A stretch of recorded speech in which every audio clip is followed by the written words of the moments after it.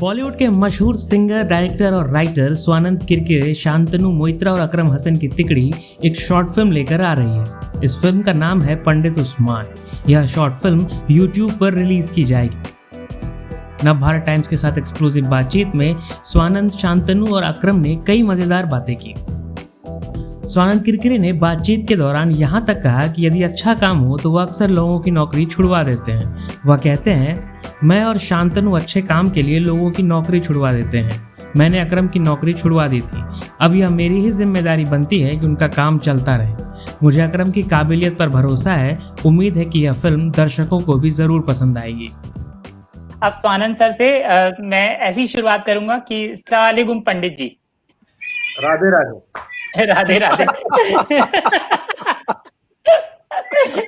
ये जो किरदार है आपने भी सुना होगा, तो आपको एकदम ऐसा लगता है कि आपको कोई कविताएं बहुत दिल को छू जाती हैं, और ये कहानी आपको बिल्कुल दिल में छू गई, इसलिए आपने तुरंत हामी भर दी कि मुझे करना है।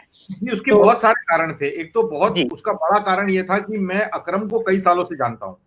मैं अकरम को मिला था एक कॉमन फ्रेंड के थ्रू, जिसके थ्रू मैं मिला था, और मैं अकरम का काम देख रहा था और मैं अकरम के काम से हमेशा बहुत प्रभावित था। मुझे हमेशा लगता था कि ये उस जमाने में एक कॉर्पोरेट हाउस में नौकरी करते थे, और जैसे कि मेरे और शांतनु की एक्सपर्टीज है कि हम नौकरियां छुड़ाने के बादशाह हैं। तो मैंने अकरम को कहा कि तू नौकरी छोड़, तो जो होगा देखी जाएगी, जो होगा देखी जाएगी, जो होगा देखी जाएगी। ऐसा करके जब अकरम बाहर आया तो मैंने कुछ थोड़े पैसे मेरे पास थे, तो वो लगा के हमने एक शॉर्ट फिल्म प्रोड्यूस की थी। छोटी सी फिल्म थी, वो प्रोड्यूस की थी। मैं और जीशान अयूब थे उसके अंदर, है ना? जी। हाँ, तो मैं और जीशान थे उसके अंदर। तो छोटी सी फिल्म थी, 10 मिनट की फिल्म थी, 10-12 मिनट की। उसका भी अच्छा रिसेप्शन था।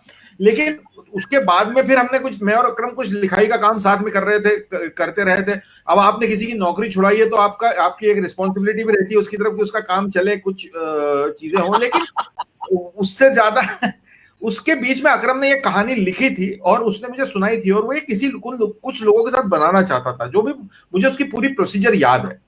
तो जब अकरम वो कुछ लोगों के साथ बनाना चाह रहा था, उन लोगों ने भी कुछ बड़े नाम थे उसमें जिन्होंने उसको हाँ भी कहा था। मैं यहाँ पे लेना नहीं चाहता वो नाम, है ना, अकरम लेना ठीक नहीं होगा। जी।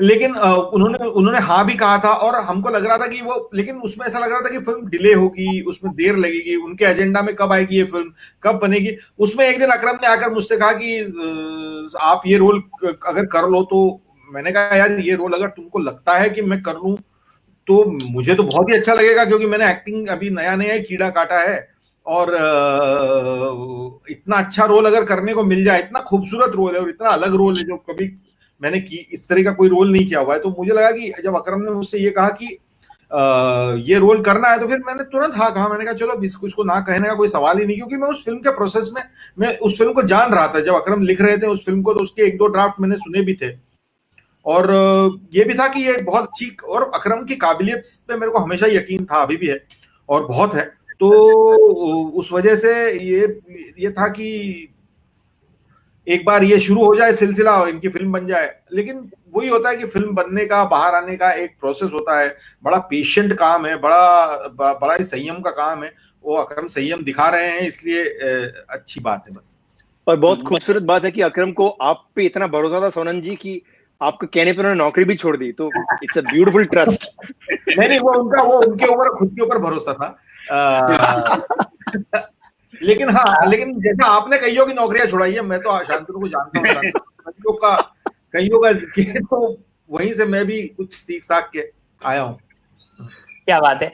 अकरम जी, मैं आपको बता दूं, ये लोग इनके संपर्क में जो भी आता है, इन दिग्गजों के संपर्क में, उसको नेशनल अवार्ड मिलता है।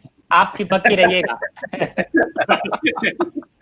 मैं ऑनेस्टली मैं यहाँ पे ये ऐड करना चाहूंगा कि जब ये कहानी और ये सब जब फिगर आउट हो रहा था कि कब फिल्म हम शूट कर रहे हैं, और मैं स्वानंद सर को चाहता था कि पहले से ही कि वो मतलब वो जो भी रोल था और भी सारे एक्टर्स थे, और जब हम लोग शूट कर लिया और फिर मैं दूसरी रिक्वेस्ट लेके गया था सर के पास कि सर गाना, और उस पर भी हम लोग 2-4 बार मिले थे।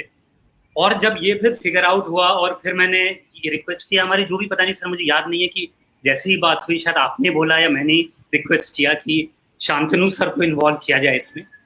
और फिर जब वो हुआ और मुझे ये रियलाइजेशन हुआ कि स्वानंद सर और शांतनु सर मिलके एक गाना दे रहे हैं इस फिल्म में, ऑनेस्टली बताइएगा, और इसमें मैं कोई ऐसी बात नहीं कर रहा, मुझे लगा कि भाई मैं तो फिल्म मेकर बन चुका हूँ अब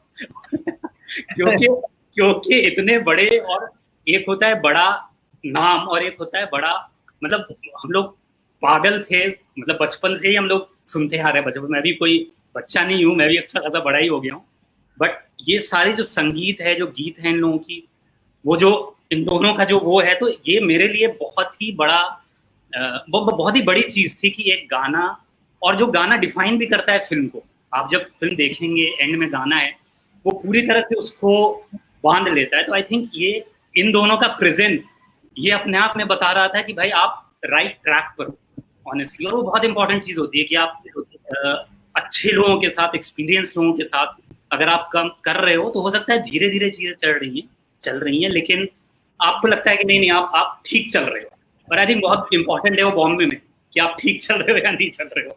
जी।